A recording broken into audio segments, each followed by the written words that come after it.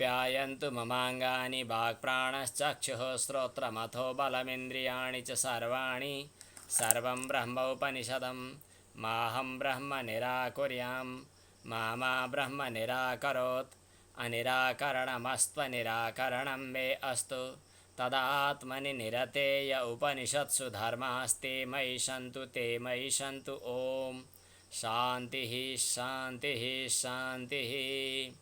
ओम भद्रं कर्णेभिः शृणुयाम देवा भद्रं पश्येमाक्षभिर्यजत्राः स्थिरैरङ्गैस्तुष्टुवांशस्तनूभिर्व्यसेम देवहितं जदायुः। स्वस्ति न इन्द्रो वृद्धस्रवाः स्वस्ति नः पूषा विश्ववेदाः स्वस्ति नस्तार्क्ष्यो अरिष्टनेमिः स्वस्ति नो बृहस्पतिर्दधातु। ओम शान्तिः शान्तिः शान्तिः। ओम नमो ब्रह्मादिभ्यो ब्रह्मविद्यासम्प्रदायकर्तृभ्यो वंशऋषिभ्यो महद्भ्यो नमो गुरुभ्यः।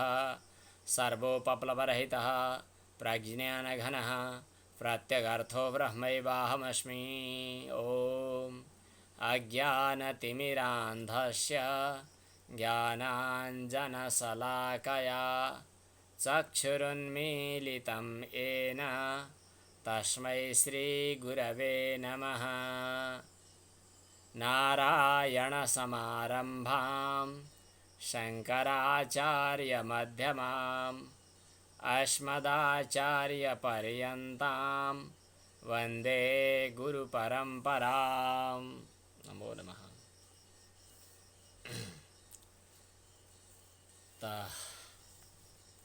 हजुरहरू सबैलाई हार्दिक वन्दना। सद्गुरुदेवको स्मरण गर्दै वेदान्त प्रवेशिका अन्तर्गत पञ्चकोशातीत पञ्चकोशको साक्षी आत्माको निरूपण चलिरहेको छ। यसैको अग्र प्रकरण, यस पछाडिको प्रकरण हामी अगाडि बढाउँछौँ। यसभन्दा अगाडि आत्मा कस्तो छ भन्दा पञ्चकोशातीतः, कोश पाँच भित्र शरीर प्राण मन बुद्धि अज्ञान यिनीहरू आए। तर शरीरलाई पनि मेरो भनियो, प्राणलाई पनि मेरो भनियो, मनलाई पनि मेरो भनियो, बुद्धिलाई मेरो भनियो, अज्ञानलाई मेरो भनियो भनेपछि मेरो भनिने चिजहरू म हुन सक्दैन। यो तर्कबाट, यो युक्तिबाट पञ्चकोश होइन पञ्चकोशातीत पञ्चकोश परित्यागे ब्रह्मपुच्छं हि लभ्यते। पञ्चकोशातीत तर हरेक कोशमा चाहिँ प्रवेश गरेको अनुप्रविष्ट भएको साक्षी त्यो आत्मा हो भनेर कुरा गर्न खोजियो। कोशे स्वयं तेषु तु तत्तदाकृतिर् विभाति संगात स्फटिको पलो यथा। रामगीतामा आएको श्लोक त स्मरण आयो। कोशेषु छुट्टा छुट्टै कोशहरूमा तत्तदाकृति भनेर बसेको छ। कसरी? जसरी रातोको संगतमा लागेर स्फटिक पनि रातै जस्तो हुन्छ। कस्तो राम्रो उदाहरण दिने गरेको छ। स्फटिकको संगतमा लागेको रातोको संगतमा लागेको स्फटिक जसरी रातो हुन्छ। स्फटिक रातो हुने त होइन, तर रातोको संगतमा लागेपछि रातो जस्तै हुन्छ। योग दर्शनको पनि यो सिद्धान्त मिल्यो। त्यसैगरी यी कोशहरू पाँच कोशहरू यिनीहरूको साथसाथमा अनुष्ठित हुँदा तदाकार जस्तै भनौँ। कोशे स्वयं तेषु तु तत्तदाकृतिर् विभाति संगात स्फटिको पलो यथा। असंगरूपोऽहमजो, असंगरूप अमृत अजन्मा अद्वय अविनाशी भइकन ससंग जस्तो सजन्मा जस्तो सद्वितीय जस्तो बनिरहेको छ। विचार गर्दा त्यो भावलाई यथार्थ दृष्टिले हेर्नुपर्दछ।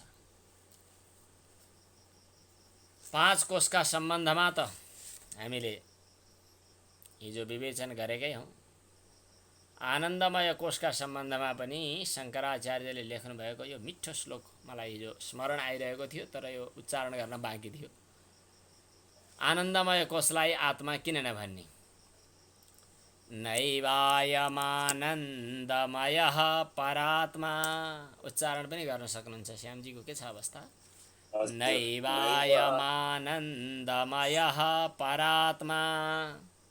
नैवायमानन्दमयः परात्मा। सोपाधिकत्वात् प्रकृतेर्विकारात्। सोपाधिकत्वात् प्रकृतेर्विकारात्।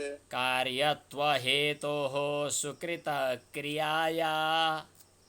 कार्यत्वहेतोः सुकृतक्रियाया। विकारसङ्घातसमाहितत्वात्। विकारसङ्घातसमाहितत्वात्। यत्तिकै श्लोकको पहिला अर्थ विचार गरौँ एकछिन। आनन्दमय कोषलाई चाहिँ अलिकति कहीँ आनन्द शब्दले ब्रह्मकै प्रतिपादन गरेको छ। आनन्दमयोभ्यासात् भन्ने सूत्रमा, ब्रह्मसूत्रमा आनन्दमयोभ्यासात् भन्ने सूत्रमा आनन्दमय शब्दले जीवात्मा होइन ब्रह्मलाई नै बताउन खोजेको हो भनेर अन्तिम निष्कर्ष बताइएको छ। अनि आनन्दमय कोष भन्दै गर्दाखेरि कोषको कुरा आउँछ। आनन्दमय त ब्रह्म नै हुनुपर्ने, आनन्दमय कोष भन्ने फेरि छुट्टै किन, कताबाट आइपुग्यो? यता बाहिर बाहिरका कुराहरूले बुझ्न सजिलो छ, टिपेर फ्याँक्न सजिलो छ। जति जति भित्र पस्यो त्यति त्यति मसिनो चिज भेटाइन्छ। त्यो मसिनो चिज केलाउन चाहिँ अलि बढी सूक्ष्म दृष्टि चाहिन्छ। त आनन्दमय कोष चाहिँ कोष आत्मा होइन, परात्मा होइन।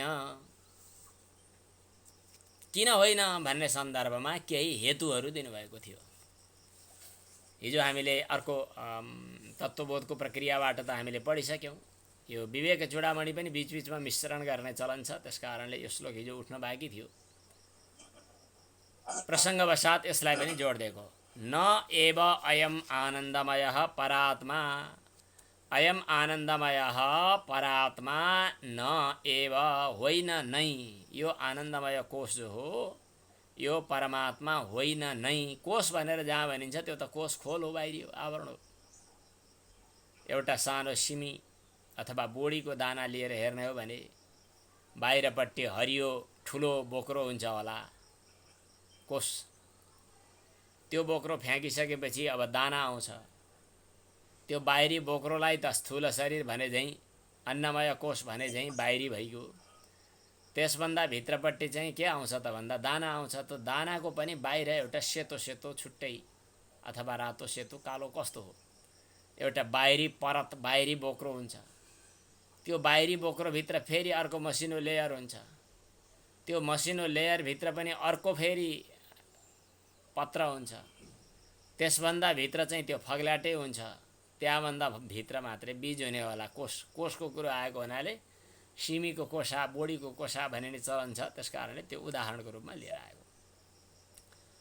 अरू बाहिरी भन्दा त त्यो भित्रको भित्रै आफै आत्मा नै हो कि जस्तो लाग्छ, किन आत्माको नजिक छ, प्रकाश छ। तर पनि यो आनन्दमय कोष भनिसकेपछि यो कोष परात्मा होइन। किन? यस सम्बन्धमा कतिवटा हेतु आए। एउटा सोपाधिकत्वात् हेतु, यो अनुमान प्रमाण हो। अनुमान अयम परमात्मा यो चाहिँ पक्ष हो। अनुमानमा पक्ष, साध्य, हेतु भनेर विचित्र पढ्नुपर्ने हुन्छ। अति जटिल विषय। श्रद्धेय स्वामी रामानन्दजीले यसलाई श्रोताहरूका बिचमा पनि ल्याइदिनुहुन्थ्यो। न्यायका, दर्शनका गहिरा कुराहरू श्रोताका माझमा, प्रवचनका बिचमा पनि आइपुग्ने यो एउटा विचित्रको विषय थियो उहाँको। उहाँकै यो शैलीलाई अनुकरण गर्दै अनुमानका यी विभिन्न कुराहरू हजुरहरूको पनि दृष्टि बनिसकेको छ। त्यसकारणले बुझिन्छ अनुमान गर्दा केही कुराहरू जान्नुपर्ने। पक्ष, साध्य, हेतु। पक्ष भनेको पहिला पर्वतः वन्यमान धुमात भन्दा पर्वतमा आगो रहेछ, धुवा भएको हुनाले भन्नु पर्यो भने कसको सम्बन्धमा कुरा गरिँदैछ त्यो चाहिँ पक्ष भयो। अनि अनुमानमा साध्य आउँछ। के सिद्ध गर्न खोजेको हो त्यो चाहिँ साध्य भयो। त्यो सिद्ध गर्नुपर्नेमा कारण हेतु के हो त्यसलाई हेतु भन्नु पर्यो। पर्वत पक्ष भयो, त्यहाँ आगो सिद्ध गर्नु छ, साध्य भयो। अनि त्यो साध्य गर्ने हेतु चाहिँ धुवाँ हो भनेपछि धुवाँलाई हेतु भन्नु पर्यो। त्यस्तै अरू पनि कुरा छन्, अरू कुरातिर नजाने अहिले। त्यस्तै यहाँ आनन्दमय परमात्मा यो चाहिँ हैन, पहिला आनन्दमय यो चाहिँ पक्ष भयो, आनन्दमय यो पक्ष। आनन्दमय कोष जो छ त्यो परात्मा न परमात्मा होइन, यो चाहिँ साध्य भयो। परमात्मा होइन भन्ने कुरा साध्य भयो। अब हेतु चाहियो, किन परमात्मा होइन त त्यो भन्दाखेरि हेतु एउटा मात्रै हेतु चाहिन्छ भन्ने पनि छैन। यहाँ धेरैवटा हेतु छन्। एउटा सोपाधिकत्व हेतु, एउटा प्रकृति विकारत्व हेतु, एउटा कार्यत्व हेतु, अनि विकार संघात समाहितत्व हेतु, चारवटा हेतु छन् यहाँ। पहिला सोपाधिकत्व हेतु भनेर कुरा गरौँ। आनन्दमय कोष पनि परमात्मा होइन, किनभने यो पनि उपाधियुक्त छ, उपाधिले तयार भएको हो, यो सोपाधिक छ। उपाधि के हो त? त्यही अविद्या हो, अज्ञान हो, त्यहाँभन्दा अरू के हुनु? सोपाधिकत्व हेतुका कारणले आत्मा निरुपाधिक निरुपहित हुनुपर्दछ। अनि दोस्रो हेतु हो प्रकृतिर विकारात, यो कोष प्रकृतिको विकार हो। प्रकृतिको विकार भन्नाले प्रकृतिबाट विकृतिको रूपमा देखा परेको। मूल प्रकृति त विकृति कसैको हुँदैन। मूल प्रकृतिबाट 7वटा विकृतिहरू पैदा हुन्छन् भन्ने छ। प्रकृतिका विकृति के भन्दाखेरि मूल प्रकृति अविकृतिर महदाद्या प्रकृति विकृतयः सप्त महत्तत्व अहम तत्व अनि 5 महाभूत, यिनीहरू प्रकृतिका विकृति हुन्। 16 कस्तुबी तन्मात्राहरू, अनि यो सांख्यको शैली 16 कस्तुबिकारो, 16वटा विकारहरू छन्। पहिला प्रकृति, अनि प्रकृतिका विकृति, अनि विकृतिका पनि सन्तान विकार। जे होस्, यो आनन्दमय कोष भनेको पनि विकारै हो प्रकृतिको। प्रकृतिर विकारात यो दोस्रो हेतु भयो। अब तेस्रो हेतु यो कार्य हो, शुभ कर्मको कार्य हो। यो कर्मको कार्य, कर्म फल भोग्नका लागि लिएको हो। यो पनि एउटा शरीर हो, एउटा कोष हो। भोगायतनम शरीरम यहाँ पनि भन्न मिल्छ।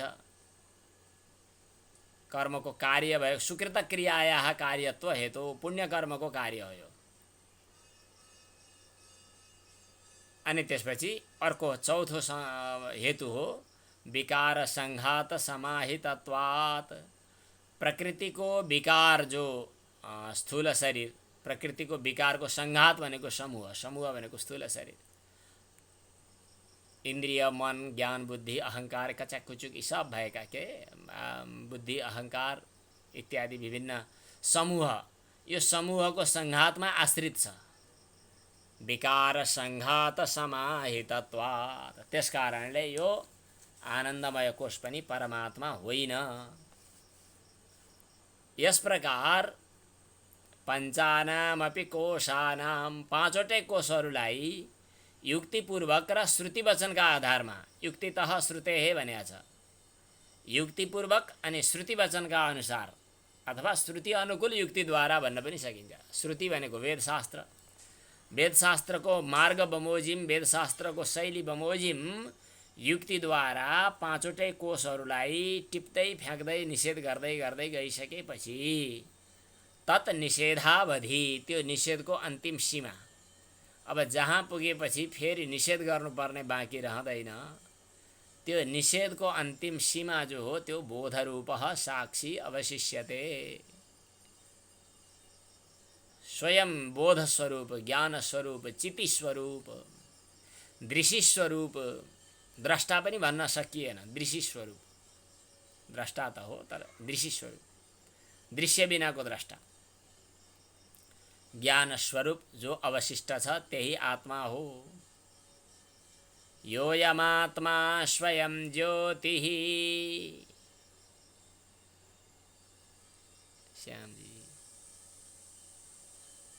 योयमात्मा स्वयं ज्योतिः योऽयमात्मा स्वयं ज्योतिः पञ्चकोशविलक्षणः पञ्चकोशविलक्षणः अवस्थात्रयसाक्षी सन् अवस्थासाक्षी सन् निर्विकारो निरञ्जनः निर्विकारो निरञ्जनः सदानन्दः सविज्ञेयः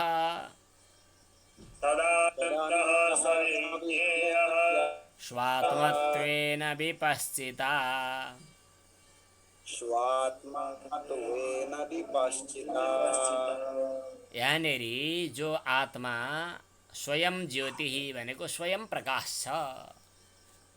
स्वयं प्रकाश भनेको के हो त भन्दा अरू कुनै प्रकाशको अपेक्षा नराख्नु, परप्रकाशको अपेक्षा नराख्नु। हामीले जुनसुकै वस्तुहरूलाई पनि हेरिरहेका हुन्छौँ, देखिरहेका हुन्छौँ उज्यालोको सहारामा, प्रकाशको सहारामा, बत्ती सहारामा। बत्ती भएन भने त यो सञ्जाल पनि हुँदैन, जन्जाल पनि हुँदैन। हजुरहरूसँग नबोलिकन बिदा भएको भन्ठान्दा हुन्छ। भनेपछि के भयो? हाम्रो प्रवचन चाहिँ परप्रकाशको अपेक्षा राख्छ, परप्रकाश्य भयो। पुस्तक हेर्नु पर्यो, उज्यालो चाहियो, परप्रकाशको अपेक्षा छ। जुनसुकै वस्तुहरूका लागि पनि हामीलाई प्रकाशको आवश्यकता छ। मानिलिउँ उदाहरणको लागि उज्यालो चाहिन्छ भन्ने हो भने सूर्यको उज्यालो।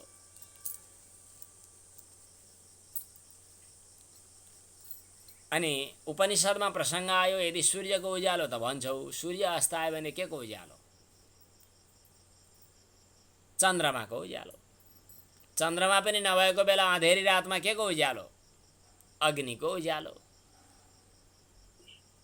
अग्नि पनि नभएको बेला सूर्य पनि छैन, चन्द्रमा पनि छैन, अग्नि पनि छैन, त्यतिखेर के को उज्यालो? के को उज्यालो हुन्छ भाइ? वाणीको उज्यालो। शब्दले ए मैले त केही देखिनँ, तिमी कता छौ, को हो त्यहाँ बोलेको, मैले त केही देखिनँ भनेपछि ए ल ल म यहाँ छु, आऊ आऊ भनेर भन्यो भने सुनेर कता कता फेरि भन त, यता यता। अब के गर्यो त? वाणी रूपी उज्यालोबाट उज्यालो देखियो। अब वाणी पनि छैन भने त्यतिखेर के को उज्यालो? मनको उज्यालो, बुद्धिको उज्यालो। त्यो पनि छैन भने के को उज्यालो? आत्माको उज्यालो। छोडिदिउँ, अरू कुरा उज्यालो पार्नका लागि अरू अरू वस्तुबाट उज्यालोले उज्याल्याउने काम गर्दछ। त्यसकारणले हरेक वस्तुहरू परप्रकाश्य भए। आत्मा चाहिँ स्वयं प्रकाश भयो, त्यसकारणले आत्मालाई स्वयं ज्योति भनिन्छ। उदाहरणको लागि बत्ती हेर्नका लागि अर्को बत्ती चाहिँदैन भन्छौँ हामीले, तर बत्ती हेर्नका लागि पनि आत्मप्रकाश त चाहिन्छ होला नि, आँखै चाहिन्छ। सूर्य हेर्न पनि आत्मप्रकाश चाहिन्छ। त्यो आत्मप्रकाश नभइकन सूर्य पनि प्रकाशित हुँदैनन्। मठ्ठै आँखा पनि छैन, इन्द्रिय नभए पनि सूर्य प्रकाशित हुँदैन भने आत्मज्योति त चाहियो चाहियो। तर स्वयं आत्मा चाहिँ स्वयं ज्योति छ, अरू कुनै वस्तुको प्रकाशको आवश्यकता छैन। योऽयमात्मा स्वयं ज्योतिः पञ्चकोशविलक्षणः अवस्थात्रय साक्षी सन्निर्विकारो निरञ्जनः। तीनटै अवस्थाको साक्षी, विकार रहित, अञ्जन रहित, अज्ञानको सम्बन्ध रहित, नित्य आनन्द स्वरूप, सदानन्द भनेको छ यहाँ। पूर्णानन्द, पूर्णबोधो वशिष्यते, बोधरूपो वशिष्यते, पूर्णबोध। त्यस किसिमको साक्षी स्वरूप आत्मा जो बाँकी रहेको छ त्यो नै वास्तविक आत्मा हो भन्ने कुरा अब पञ्चकोश विवेक प्रकरणको चाहिँ रहस्य हो। हामीले तत्त्वबोधको प्रकरणमा पञ्चकोशको कुरा गरिसकेपछि के भन्यौँ त भन्दा यो सबै कुराहरू आत्मा होइन, मदीयत्वेन ज्ञातम आत्मा न भवति। ल अब आज यहाँदेखिको पारायण सुरु भयो। त्यसो भएपछि वाचन गर्नु होला। आत्मा तर्हि कः? आत्मा तर्हि कः? त्यसो भए आत्मा के हो त भनेको एकदम अर्थ बुझिन्छ। अर्थ बुझेर पढ्यो भने त घोक्नै पर्दैन, कति सजिलो। नबुझी पढ्यो भनेदेखि मरिकन घोक्नुपर्छ। बुझेर पढेपछि केही घोक्नै पर्दैन। हातका मैला सुनका थैला के गर्नु धनले, एकपटक सुनेपछि सायद कण्ठै भयो होला, किन बुझियो। जाउँला बैकुण्ठ एकपटक सुनेपछि कण्ठै भयो, किन बुझियो। अब यो पनि बुझियो, एकपटक सुनेपछि अब कण्ठै हुन्छ, झन्नै कण्ठ छ। आत्मा तर्हि कः सच्चिदानन्द स्वरूपः सत् किं कालत्रये अपि तिष्ठति इति सत् चित् किं ज्ञानस्वरूपः आनन्दः कः सुखस्वरूपः एवं सच्चिदानन्दस्वरूपं स्वात्मानं विजानीयात्।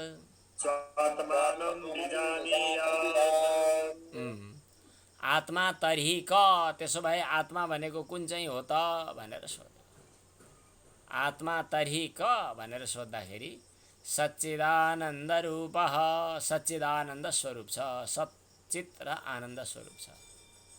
भन्नुहुन्छ सच्चित आनन्द बुझिनँ नि त मैले, सत् भनेको के भन्दा सत् किम, सत् भनेको के हो भन्दा कालत्रये अपि, तिनै कालमा पनि, तिनै काल भनेको भूतकाल, वर्तमानकाल, भविष्यत्काल, अचेलको अनिकाल सङ्कटकाल होइन। भूतकाल, वर्तमानकाल, भविष्यत्काल, व्याकरणमा यस्तो तीनटा कालहरू पर्दैन। ठिक पार्दैन।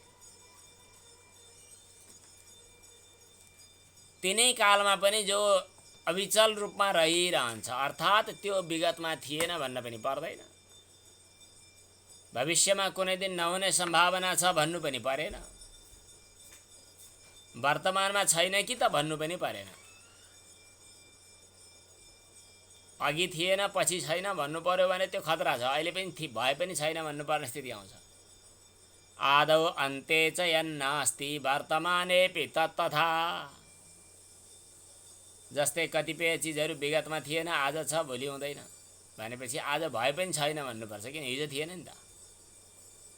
आदौ अन्ते च यन्नास्ति वर्तमानेऽपि तत्तथा, यो सत् भयो। चित भनेको ज्ञान स्वरूप, चैतन्य भन्छ नि, चित भनेको ज्ञान स्वरूप। आनन्द भनेको त सुख स्वरूप हो भन्न परेन, थाहा भइहाल्यो। यस प्रकार सच्चिदानन्द स्वरूपम स्वात्मानं विजानीयात्, सच्चित र आनन्द स्वरूप भएको आफ्नो आत्माको स्वरूपलाई जान्नु पर्दछ। यो कुरा तत्त्वबोधमा आयो। अब यहाँनेरि थोरै यसको विवेचना, विचार, विमर्श गरौँ। बिस्तारै बिस्तारै यसलाई के भन्छ, स्थूणानि खनन न्याय भन्छन्। ठुटो गाड्नु पर्यो भनेदेखि हल्लाइ हल्लाइकन, फेरि उकाइकन, यता उता फेरि गरिकन फेरि गाड्नु पर्यो। खम्बा गाड्नु पर्यो भने पहिलेको शैली। अहिले आत्माको कुरा गर्न खोज्दैछौँ हामी। अब हामी अलिकति शास्त्रीय विषय, शास्त्रीय शैली पनि गर्नु छ, थोरै आफ्नो पहिचान पनि बनाउनु छ, आफ्नो फरकपन पनि देखाउनु छ। देखाउनु भन्दा पनि आफ्नो अनुभव व्यक्त गर्नु छ। हाम्रो शास्त्रमा, दर्शन शास्त्रमा वा जुनसुकै शास्त्रमा पनि एउटा नियम छ कि केही कुरा प्याच्च बोल्दैमा हुँदैन, लक्षण र प्रमाण दिनुपर्दछ भन्ने उखानै बनेको छ। सुन्नुभयो पनि होला, लक्षण प्रमाणाभ्याम वस्तु सिद्धि न प्रतिज्ञा मात्रेण। प्रतिज्ञा भनेको के हो? नाम मात्रेण वस्तु संकीर्तन गर्नु, फ्याट्ट भन्नु, भनेर मात्रै हुँदैन। यो आत्मा हो मात्रै भन्दैमा हुँदैन। के चाहिन्छ त भन्दा आत्माको लक्षण पनि चाहिन्छ र प्रमाण पनि चाहिन्छ। लक्षण प्रमाणाभ्याम वस्तु सिद्धिर न प्रतिज्ञा मात्रेण। लक्षण र प्रमाण दुईटै दिएर मात्रै वस्तुलाई सिद्ध गर्न सकिन्छ भनेर मात्रै हुँदैन। जस्तै एउटा यो गाई हो भन्यो, गाई कस्तो हुनुपर्दछ, गाईका पुरै लक्षणहरू चाहिए। अनि यो गाई नै हो भन्ने कुरा यो प्रमाणद्वारा सिद्ध हुन्छ, मैले आँखाले देखेर अथवा अनुमान प्रमाणद्वारा अथवा वेद प्रमाण शास्त्र आगम वचन प्रमाणद्वारा अथवा अरू सादृश्य उपमान प्रमाणद्वारा अथवा चाहिँ अर्थापत्ति अनुपलब्धि पनि केही छन् भने तिनै प्रमाणद्वारा होइन भने त्यसै अनुसार प्रमाणद्वारा वस्तु सिद्ध हुन्छ। लक्षण प्रमाणाभ्याम कि त लक्षणद्वारा वस्तु सिद्ध, लक्षणद्वारा र प्रमाणद्वारा दुवैद्वारा वस्तु सिद्ध हुन्छ। अब हाम्रो अहिले प्रसङ्ग चलिरहेको छ आत्माको स्वरूप निरूपण गर्ने। आत्मा तर्हि क भनेर सोधेको छ। शङ्कराचार्यले त छोटोमा उत्तर दिनुभएको तत्त्वबोध हामी पढ्दैछौँ, त्यस कारणले यति हो कि आत्मा तर्हि क, आत्मा भनेको त्यसो भए के हो त, यो पनि होइन त्यो पनि होइन भनेर 1.5 महिनादेखिबाट हामीलाई होइन होइन भनेर सुनाइरहनु भएको छ। हो चाहिँ के त भनेपछि अब भन्नु पर्यो। शङ्कराचार्यले छोटोमा त्यहाँ बताइदिनु भयो सच्चिदानन्द स्वरूप, यही हो आत्माको लक्षण। अब तर पनि हामी थोरै लक्षण भनेको के हो, किन चाहिन्छ, लक्षण कति थरीका हुन्छन्, यो कुन चाहिँ लक्षण पर्यो, यसबारेमा विचार विमर्श गर्दैछौँ। लक्षण प्रमाणाभ्याम वस्तु सिद्धिर न प्रतिज्ञा मात्रेण भनेर मात्रै पुग्दैन, लक्षण र प्रमाण दिनुपर्दछ वस्तु सिद्ध गर्नका लागि। अब लक्षण दिनु पर्यो, त्यसो भए प्रमाण पनि दिनु पर्ला। प्रमाण पछि विचार गरौँला, पहिला लक्षणको कुरा गरौँ। लक्षण भनेको के हो, लक्षणको लक्षण चाहियो। फेरि तर्कशास्त्र न्यायशास्त्रको आधार छ बलियो, त्यस कारणले भन्ने बेलामा यस्तै यस्तै न्यु खोजा शैलीमा बोल्नुपर्छ। त्यसो भए लक्षण भनेको के हो त भन्दा असाधारणो धर्म लक्षणम, जुन कुरा अन्यत्र कहीँ घट्दैन त्यस्तो विशेष धर्मलाई, त्यहाँ मात्रै रहने धर्मलाई, अरूसँग नमिल्ने विशेषतालाई बताएर लक्षण भन्नुपर्छ। जस्तै अब गाई भन्यो भने गाईको कस्तो हुन्छ भन्यो भने घाँटीमा माल भएको, सिङ भएको, पुच्छर भएको, 2 खुर भएको, यस्तो यस्तो किसिमको गाई हुन्छ भन्यो भने गाईको लक्षण बताइयो। जो भैँसीमा जानु भएन, भ्यागुतोमा जानु भएन, मान्छेमा जानु भएन, त्यो लक्षण हुनु पर्यो। असाधारणो धर्म लक्षणम, अरूसँग नमिल्ने खाले धर्मलाई लक्षण भनेर भनिन्छ। असाधारणो धर्म लक्षणम। अब त्यस्तो धर्म के त, ब्रह्ममा पनि धर्म हुन्छ त। त्यसो भए धर्म, ब्रह्मको धर्मको नै वर्णन गर्ने हो भने धर्मधर्मी भाव हुने भयो। धर्मधर्मी भाव हुनुको मतलब के भयो त, द्वैतापत्ति, द्वैत हुने भयो। ब्रह्ममा सत्यत्व धर्म छ, सत्यत्व धर्म विशिष्ट भनेर भनियो भने समस्या फस्छ। के गर्ने, यसबारेमा पछि आएर चर्चा हुनेछ।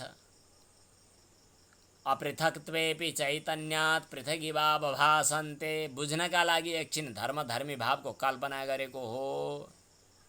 त्यहाँ धर्मधर्मी भाव छैनन्, नभए पनि काम चलाउनका लागि एकछिन धर्मधर्मी भावको कल्पना गरेको हो। वस्तुतः त्यहाँ धर्मधर्मी भाव त छैन।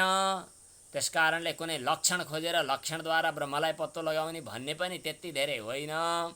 किनभने लक्षणमा लक्ष्य हुन्छ एउटा, लक्षण हुन्छ एउटा, अनि लक्षणद्वारा लक्ष्यलाई लक्षित गर्ने भन्यो भने द्वैतापत्ति हुन्छ, त्यो पनि होइन। त्यस कारणले अरू सबै लक्षणहरू निवृत्त भइसकेपछि केवल आफ्नो अनुभवबाट, केवल बोधबाट, केवल स्वानुभव गम्य श्रुति प्रमाणहरू पनि त्यहाँसम्म ढोकासम्म पुर्याइदिन्छन्, अनि त्यसपछि उनीहरू निवृत्त हुन्छन्। पछि अन्त्यमा बुझ्ने त स्वानुभवले नै हो, अनुभूतिले नै हो।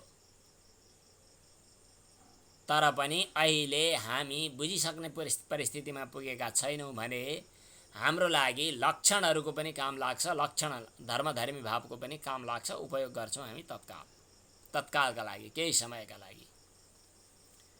त्यसो भए लक्षण नगरी नछाड्नु हुने भयो त, नगरी नछाड्ने भयो। त्यसो भए लक्षण कति थरी हुन्छन् भन्दा लक्षण 2 थरी हुन्छन्। स्वामी रामानन्द गिरिजीले भागवतको प्रवचन गर्दा जन्माद्यशयतः यो प्रसङ्गमा पनि यो कुराहरू उठाउनुहुन्थ्यो। भागवतको प्रवचन सुन्दा त सुन्ने गरेका सजिला कुराहरू अब आज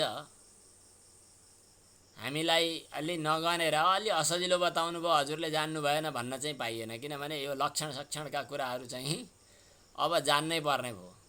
जानिन्छ, सुन्दा सुन्दै जानिहालिन्छ। भनेपछि लक्षण दुई किसिमका हुन्छन्, एउटा स्वरूप लक्षण, एउटा तटस्थ लक्षण। लक्षण दुई किसिमका हुन्छन् कुनै पनि कुराको।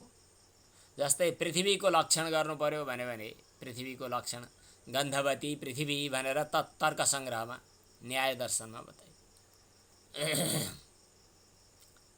लक्षण हो त्यो। लक्षणम तदेव वरम यद अव्याप्ति अतिव्याप्ति असम्भव रूप दोष त्रय शून्यम। यो प्रसङ्ग फेरि लामो पर्छ, न्यायशास्त्र पुरै आउँछ फेरि त्यतातिर, अहिले गई साध्य छैन।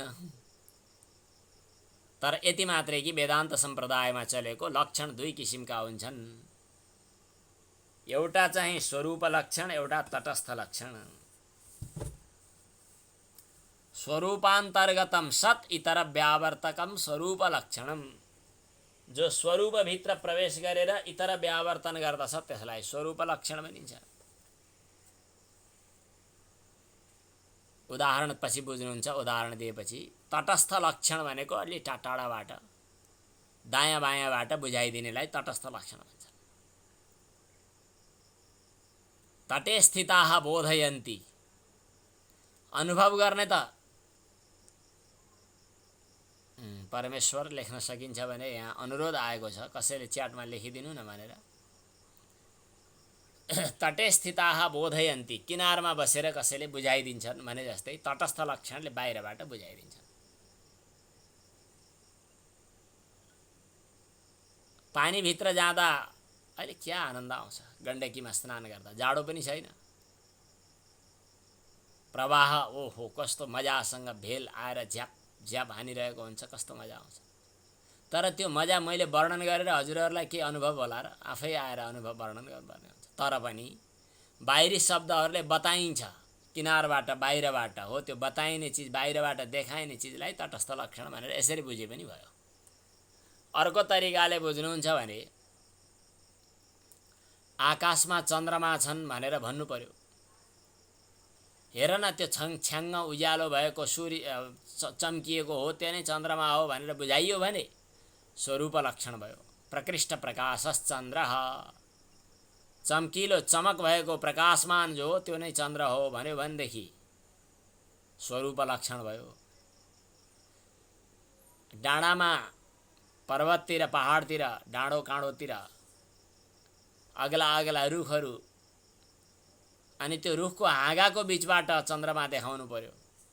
त्यो ठुलो रुखको हाँगा छ नि त्योभन्दा माथिपट्टि, त्यो बादल छ नि त्यो बादलभन्दा तलपट्टि, यस प्रकार अरू अरू दायाँ बायाँका कुरा देखाएर अनि चिनाउनु पर्यो भनेदेखि त्यसलाई भनिन्छ तटस्थ लक्षण।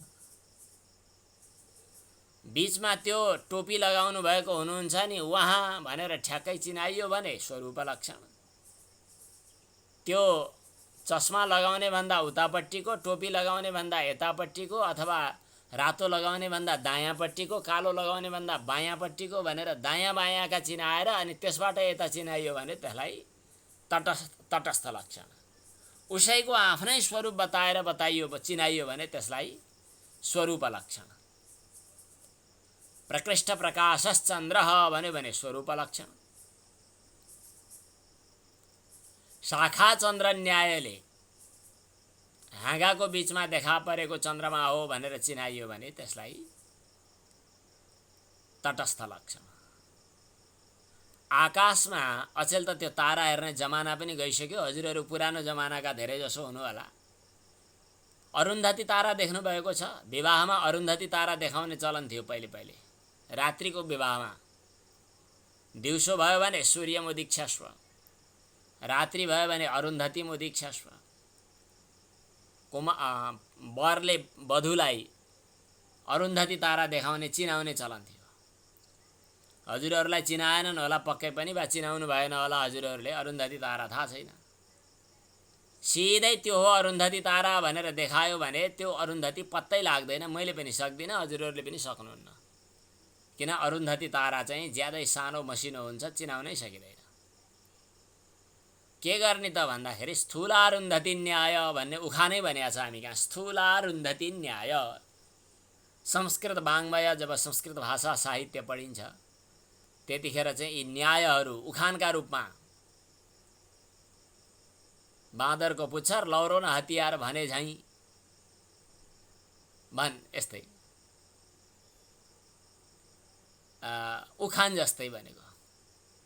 स्थूलारुन्धति न्याय भनेको के त भन्दा ठुला ठुला ताराहरू देखाएर चिनाएर हो त्यो 1 2 एक लाइनमा अनि अर्कोतिर 3 अनि अर्कोतिर 4 1 2 3 4 यी 4 कुनै भएर बसे त्यसभन्दा यतापट्टि 5 त्यसभन्दा उतापट्टि 6 त्यसभन्दा उतापट्टि 7 यी 7वटा तारा देख्यौ कि देखेनौ? देखियो। त्यो पहिलोमा के देखियो? साथमा कोही छ? छैन। दोस्रोमा कोही छ? छैन। तेस्रोमा कोही छ? छैन। अनि पाँचौँमा ऊ हेर्न थालिहाल्यो। अब छैटौँ सातौँ सोधिरहनु पर्दैन।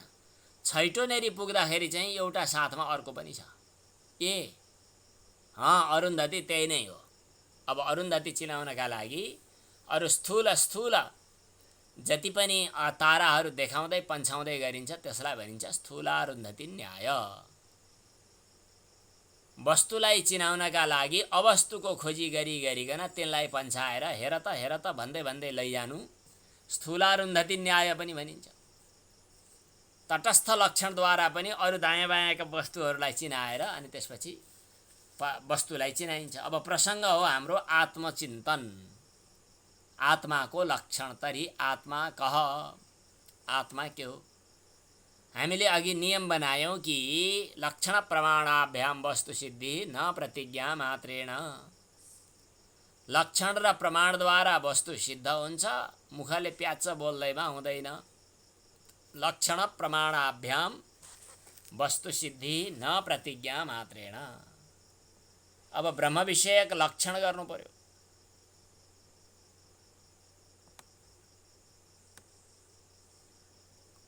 एकजना कोही साधकलाई ज्यादै जिज्ञासा भइरहेको छ यो तत्त्वबोध कति दिनमा सकिन्छ भनेर। अब के भन्ने यसको उत्तर खोजी गर्न बाँकी छ। म याद गरेर विचार गरेर 1-2 महिना पछाडि बताउँला यो कहिले सकिन्छ भन्ने कुरा। अस्तु, लक्षणको कुरा चलिरहेको छ। लक्षण 2 किसिमका हुन्छन्। आत्माको पनि 2 किसिमले लक्षण गर्न सकिन्छ। एउटा आत्माको तटस्थ लक्षण, एउटा आत्माको स्वरूप लक्षण। तटस्थ लक्षण भनेको चाहिँ सधैँ त्यो वस्तुको लक्षणको रूपमा देखा पर्दैन, तर बाहिरबाट कहिलेकाहीँ देखा पर्दछ, त्यसैले पनि चिनाइन्छ। त्यसलाई तटस्थ लक्षण भनेर भनिन्छ। अब आत्माको तटस्थ लक्षण के हो त भनेर आत्माको लक्षण गर्ने बेलामा वेद मन्त्रमा, श्रुतिमा यतो वा इमानि भूतानि जायन्ते येन जातानि जीवन्ति यं प्रयन्ति अभिसंविशन्ति तद् ब्रह्म तद् विजिज्ञासस्व।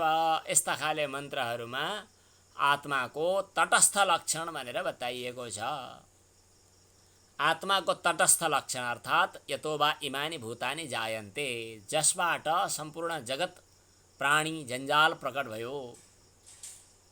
येन जातानि जीवन्ति, जसको आधारमा यी जन्मिएका प्राणीहरू जिउँदा भइरहेका छन्। यम प्रयन्ति अभिसंविशन्ति, जसमा जाँदै गरेर उही विलीन हुन्छन्, त्यो ब्रह्म तत्व हो। तद् विजिज्ञासस्व, त्यसको बारेमा विचार गर। यहाँनेरि जगत जन्मादि कारणत्व जो ब्रह्मको लक्षण बताइयो, यो ब्रह्मको लक्षण चाहिँ तटस्थ लक्षण हो। जगत जन्मादि कारणत्वम ब्रह्मणः लक्षणम, अर्थात् जगतको उत्पत्ति स्थिति संहारको कारण जो हो त्यो ब्रह्मको लक्षण हो। भनौँ भने यो ब्रह्मको के लक्षण भयो त भन्दाखेरि ब्रह्मको तटस्थ लक्षण भयो। अब यहाँनेरि ब्रह्मको तटस्थ लक्षण अर्थात् ब्रह्म जगतको कारण हो भन्यो। अब हजुरहरूका मनमा शङ्का पनि भयो होला। कतिपय साधकहरू जो योग साधना र योगको क्रममा आउनुभएको छ, आत्मा त एउटा निष्क्रिय छ, साक्षी छ, चुप्पो लागेर बसिरहन्छ, उसले केही पनि जान्दैन होइन, गर्दैन, जान्न त सबै जान्दछ, केही पनि गर्दैन। तर गर्नेवाला प्रकृति हो। सृष्टि जम्मै प्रकृतिले गर्दछ। सृष्टि गर्नुमा पुरुषको कुनै पनि भूमिका छैन। पुरुषको सान्निध्य पाएर प्रकृतिले सृष्टि गर्दछ भन्ने मत छ। यो मतका समर्थनमा केही श्रुति वचनहरू पनि पाइए। अजामेकां लोहित शुक्ल कृष्णां बभी प्रजाः सृजमानां न माम सृजमानाः स्वरूपाः। यो पनि छ पाठ, छुट्टा छुट्टै केही छैन। भनेपछि अब जगतको कारण ब्रह्मकी प्रकृति, यो पनि प्रसङ्ग छ। जगतको कारण ब्रह्मकी प्रकृति, यस सम्बन्धमा विचार गर्ने हो भने धेरै लामो छलफल, धेरै लामो शास्त्रार्थ, शास्त्र विचार गर्नुपर्ने पनि हुन्छ। निष्कर्ष चाहिँ के निस्किन्छ भने उपादान कारण, एक मतमा एउटा मान्यता अनुसार उपादान कारण प्रकृति हो र निमित्त कारण चाहिँ ईश्वर हो भन्ने छ। त्यसो भए त उपादान कारण प्रकृति र निमित्त कारण ब्रह्मभन्दा छुट्टै फरक हुने भयो। त्यसकारणले अभिन्न निमित्त उपादान ब्रह्म भन्नुपर्दछ भन्ने अर्को पनि विचार छ, अर्को पनि सिद्धान्त छ। यी सिद्धान्तका सम्बन्धमा छलफल विचार विमर्श पछि त्यही प्रकरणमा गरौँला। अहिले हामी यति मात्रै गर्दछौँ कि ब्रह्मको लक्षण हो जगत जन्मादि कारणत्वं ब्रह्मणः लक्षणम्। जगतको उत्पत्ति स्थिति र संहारको जो कारण हो त्यो ब्रह्मको लक्षण हो। अब यहाँ भित्र पनि रौचिरा दर्शन छ। फेरि जगत जन्मादि कारणत्वं ब्रह्मणः लक्षणम भनौँ भने यी तीनटै कारण छुट्टा छुट्टै ब्रह्मका लक्षण हुने कि समन्वित लक्षण लक्षित माने लक्षण हुने कि छुट्टा छुट्टै ब्रह्मको लक्षण हुने। अर्थात् जगत जन्म कारणत्वं ब्रह्मणः लक्षणम छुट्टै, जगत स्थिति कारणत्वं ब्रह्मणः लक्षणम छुट्टै, जगत लय कारणत्वं ब्रह्मणः लक्षणम छुट्टै भन्ने कि एकैचोटि भन्ने, यो पनि निकै समस्या छ। छुट्टा छुट्टै कारण भन्नुपर्ने हो कि भन्ने पनि एउटा प्रसङ्ग आएको छ। अनि होइन एकैचोटि समन्वित कारण भन्ने हो कि भन्ने पनि एउटा प्रसङ्ग आएको छ। छुट्टा छुट्टै ब्रह्मका असाधारण हुन्, त्यसकारणले असाधारण धर्म हुन्। त्यसकारणले जगत जन्म कारणत्वं, जगत स्थिति कारणत्वं, जगत लय कारणत्वं ब्रह्मणः लक्षणम, यही नै सिद्धान्त हो भन्ने चाहिँ एउटा सिद्धान्त छ। त्यसो गर्दा जतिखेर ब्रह्म जगतको उत्पत्ति गर्दछ त्यतिखेर पालन गर्दैन, जतिखेर पालन गर्दछ त्यतिखेर स्थिति गर्दैन, जतिखेर स्थिति गर्दछ त्यतिखेर संहार गर्दैन। त्यसकारणले त्यो लक्षण ब्रह्ममा पुगेन। वस्तुतः ब्रह्म नै उपादान हो, ब्रह्म नै सर्वज्ञ हो, ब्रह्म नै सृष्टिको एकमात्र अधिष्ठान हो। त्यसकारणले तिनटैलाई मिलाएर कहिले उत्पत्ति होला, कहिले स्थिति होला, कहिले संहार होला, समन्वित कारणता मान्नुपर्दछ भन्ने पनि केही आचार्यहरूको भनाइ छ। यी भनाइतिर सायद यो सिद्धान्त लेश सङ्ग्रह भन्ने ग्रन्थमा, जो अहिले आचार्य तहमा पढाइ हुन्छ स्नातकोत्तर तहमा, यस प्रसङ्गमा चाहिँ यी कुराहरू आएका हुन्छन्। तिनै आचार्य तहका विद्यार्थीहरूसँग हामी परामर्श गरौँला, यस बारेमा छलफल गरौँला, विचार विमर्श गरौँला। जे होस्, यतो वा इमानि भूतानि जायन्ते येन जातानि जीवन्ति यं प्रयन्ति अभिशंविशन्ति, यो श्रुति मन्त्रद्वारा जगतको कारण ब्रह्म हो भन्ने कुरा सिद्ध हुन्छ। जगतको उत्पत्ति स्थिति र संहारको कारण ब्रह्म हो भन्ने कुरा सिद्ध हुन्छ।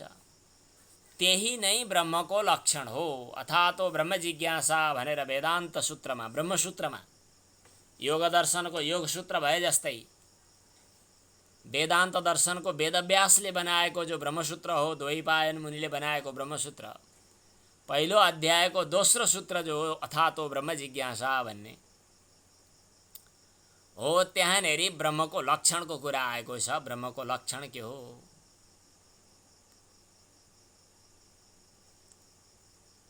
अघि हामीले चर्चा उठायौँ जो निर्विशेष ब्रह्म, जहाँ कुनै पनि गुणहरू छैन, निर्गुण ब्रह्म, निराकार ब्रह्म, निर्गुण निराकार निर्विशेष ब्रह्मको लक्षण कसरी गर्ने भन्ने कुरा चाहिँ विचार विमर्श गर्ने नै विषय हो।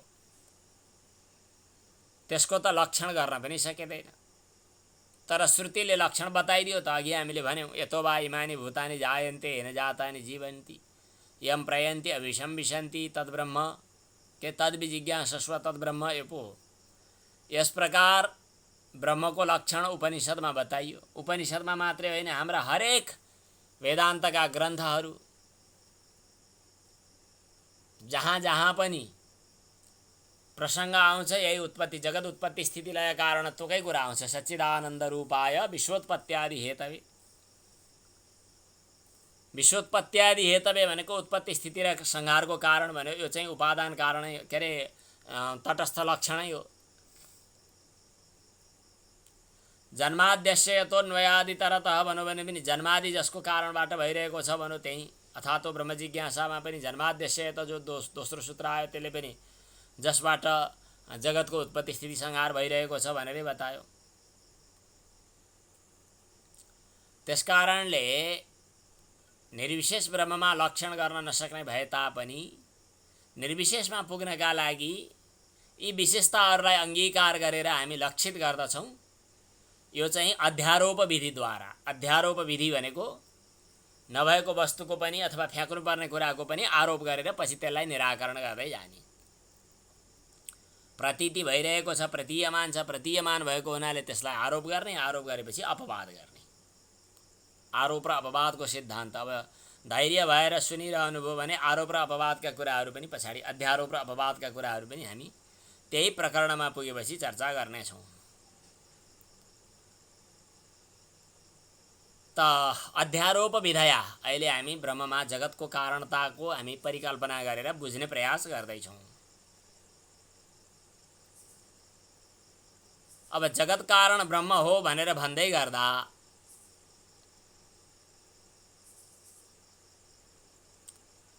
फेरि समस्या के आयो भनेदेखि कार्य र कारण दुवैमा कार्य कारण भाव सिद्धान्त हुने भयो। कार्य कारण भावमा पनि केही समस्या आयो। कार्यमा समस्या आयो के भने कार्य जो छ त्यो विनाशी हुन्छ। यत् कार्यम तद विनाशी तत् क्षणिकम तत् असत्। फेरि कार्य र कारण भावमा सच्चिदानन्द रूपाय यो चाहिँ स्वरूप लक्षण, विश्वोत्पत्त्यादि हेतवे यो तटस्थ लक्षण हो। भनेपछि कार्यकारण भावमा चाहिँ जब कारण बनेपछि कार्य हुनका लागि त्यो कारणमा केही न केही परिवर्तन आउनु पर्यो, चेन्ज हुनु पर्यो। जस्तै बिउबाट रुख बन्नका लागि बिउ फुट्नु पर्यो, टुट्नु पर्यो, परिवर्तन हुनु पर्यो, विकारी हुनु पर्यो। दुधबाट दही नै बन्यो भने पनि दुधको विकार दही हुने भयो, दहीको विकार मतलब घिउ हुने भयो।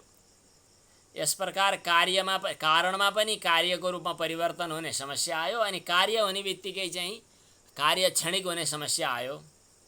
त्यस्तो अवस्थामा अविनाशी कूटस्थ साक्षी निर्विशेष ब्रह्मलाई लक्षण कसरी मान्ने त भन्ने कुरा बताइएको थियो। त्यसका लागि हामीले अघि पनि चर्चा गऱ्यौँ। जगत कारण ब्रह्मको लक्षण, जगत कारणत्व ब्रह्मको लक्षण बताउनु किन भन्दा ब्रह्म अद्वितीय छ, ब्रह्मबाटै यो जगत खडा भएको। ब्रह्म जगत ब्रह्मभन्दा भिन्न होइन, जो प्रतीयमान छ त्यो सबै ब्रह्मभन्दा भिन्न होइन भनेर सिद्ध गर्नका लागि, अभेद सिद्ध गर्नका लागि, जीव जगत र ईश्वरको पनि अभेद सिद्ध गर्नका लागि यो सृष्टिको एउटा क्रम यहाँ बताउन खोजिएको छ र जगत जन्मादि कारणत्वम ब्रह्मणः लक्षणम भन्न खोजिएको छ। भन्न खोजेको कुरा मैले बताउन सकेँ कि सकिनँ? यहाँ सृष्टि बताउनुको तात्पर्य ब्रह्ममा विकार आउँछ कि भन्ने अघि भय थियो। ब्रह्म जगतको कारण हो भन्दै गर्दा कारणमा परिणामिता आउने भयो, परिणामी हुने दोष, परिणामी हुने एउटा समस्या, ब्रह्ममा विकार आउँछ भन्नुपर्ने समस्या आउने भयो। त्यसकारणले ब्रह्मको जगत कारणता मान्दा ब्रह्ममा परिणामी हुने समस्या आयो। अनि परिणामी भएर कार्यरूपमा देखा पर्दाखेरि कार्य विकृत भएको हुनाले कार्य विकारी भयो, विकारी भएपछि अनित्य भयो, क्षणिक भयो इत्यादि समस्याहरू आउलान् भन्ने कुरा थियो। अब हामी पढ्दै जाउँ, हेर्दै जाउँ, विचार गर्दै जाउँ, ब्रह्म जगतको कारण हो भनेर सृष्टि यो प्रतिपादन गर्नुको तात्पर्य चाहिँ, हामीले अन्तिम निष्कर्ष निकाल्नुको तात्पर्य चाहिँ यो सृज्यमान पदार्थहरू जति पनि सृष्टि भएका वस्तुहरू छन् यी सबै ब्रह्मभन्दा भिन्न होइनन् भनेर सिद्ध गर्नका लागि हो। यो यस प्रकार सिद्ध गर्नका लागि नै ब्रह्मबाटै जगतको, यो कसरी त भन्दाखेरि मृतघट दृष्टान्तबाट हामी बुझ्न सकौँला। माटाको घैँटो, माटाबाट घैँटो बन्यो भन्नुको अर्थ चाहिँ अरूले अरू तरिकाले बुझ्लान्, तर हामी वेदान्तमा यसरी बुझ्छौँ कि माटोबाट बनेको घैँटो पछि फुटेपछि पनि माटोमै मिल्ने भएको हुनाले घैँटो अवस्थामा पनि त्यो माटोभन्दा फरक होइन, अर्थात् माटो र घडा फरक होइनन् भन्ने कुरा हामी बुझ्नेछौँ। यही कुरा बुझ्नका लागि नै हामीले यहाँ अहिले लक्षण प्रमाणाभ्याम वस्तुसिद्धि न प्रतिज्ञा मात्रेण भनेर लक्षणका कुरा गरिरहेका छौँ। अहिले चाहिँ ब्रह्मको तटस्थ लक्षण बताउँदैछौँ। जगज्जन्मादि कारणत्व, तद्भिन्नत्वे सति तद्बोधकत्वं तटस्थत्वं। परमेश्वरजी यति लेख्न सकिन्छ भने छोटो छ, सजिलो छ, सबैलाई मिल्छ यति। तद्भिन्नत्वे सति तद्बोधकत्वं तटस्थलक्षणम्।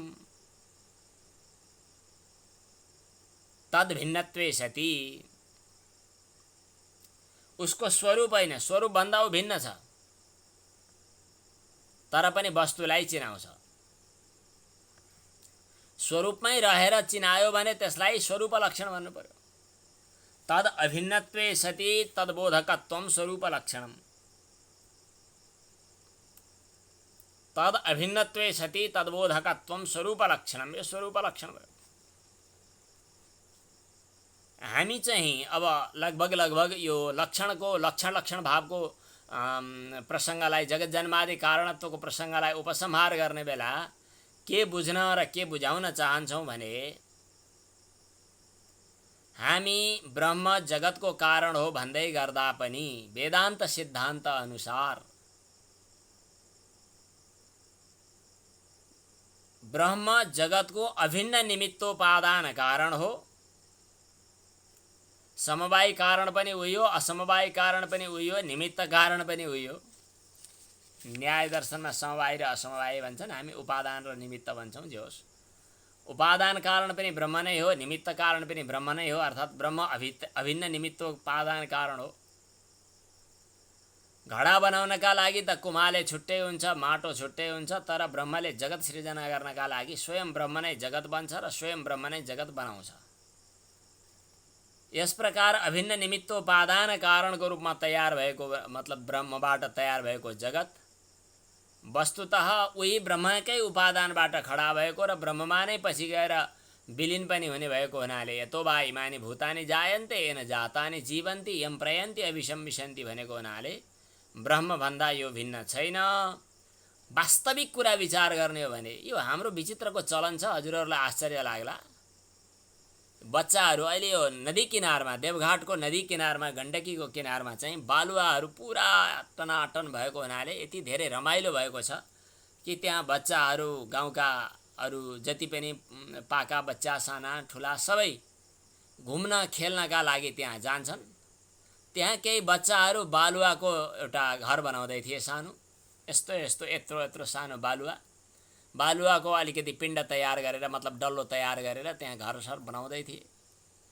घर बनाउने बेला बनाए अनि हिँड्ने बेलामा चाहिँ फेरि घरका आमाले बुवाले कसैले बोलाउनु भयो होला आऊ भनेर, त्यसपछि हिँड्ने बेला त्यसलाई सामसुम पारेर त्यहीँ बन्द गरेर छोडिदिएका थिए। त्यहीँबाट पैदा भयो, त्यहीँ विलिन भयो। त्यसकारणले एकछिन बालुवाको घर देखा पर्ने बेलामा पनि त्यो बालुवाभन्दा भिन्न होइन। त्यसै गरी ब्रह्मबाट खडा भएको र ब्रह्ममा गएर विलिन हुने भएको हुनाले जति पनि दृश्य प्रपञ्च देखिरहेको छ, हामी जुन लक्षणद्वारा ब्रह्मको लक्षण गर्न खोज्दैछौँ त्यसले पनि ब्रह्ममा ब्रह्म नै सिद्ध गर्दछ। र वास्तवमा कुरा गर्दा, अन्तिममा निष्कर्षको रूपमा कुरा गर्दा ब्रह्ममा कारणत्व पनि छैन। ब्रह्म जगतको कारण हो भन्न पनि एक दृष्टिले, बरु वास्तविक दृष्टिले मिल्दैन।